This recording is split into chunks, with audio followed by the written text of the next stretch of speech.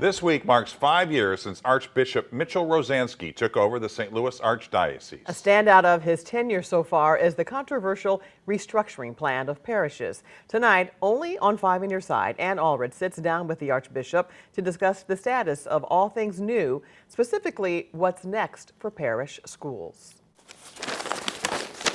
In his 5 years at the helm, Archbishop Mitchell Rozanski often made headlines for all things new. And he says the restructuring plan is far from finished. Will there be any more merging of parishes or closures of schools? Maybe there will be in the future some mergers of schools.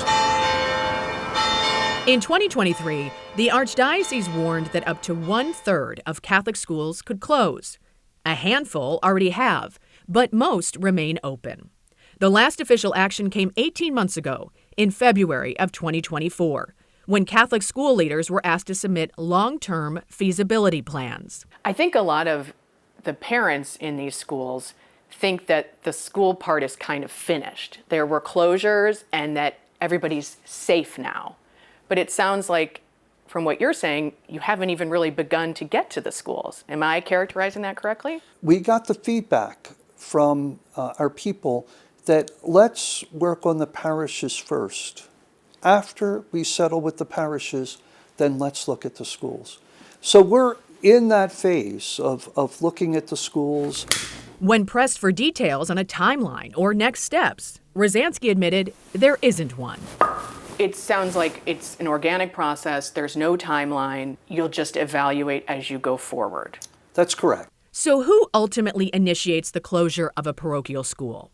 In a statement, the spokesperson for the Archdiocese said, the ultimate decision-making responsibility rests with the pastor. And should a parochial school be deemed no longer viable, a recommendation to close the school comes from the pastor.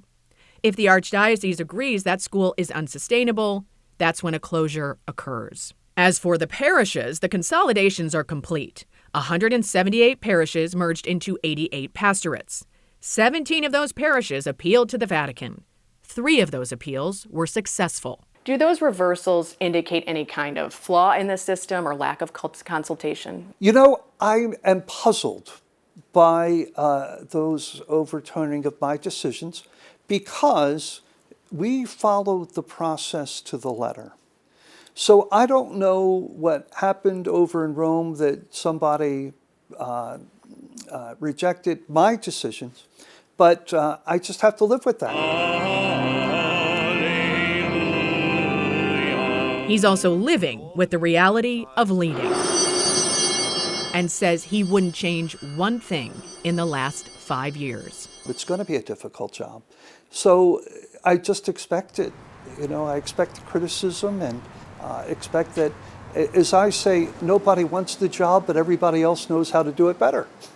While there are no active plans for school closures, if a parish priest recommends a closure, it will be considered.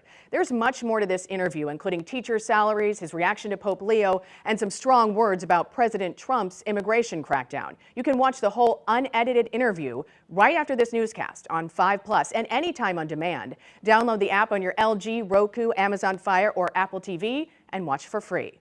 I'm Ann Allred, 5 on Your Side.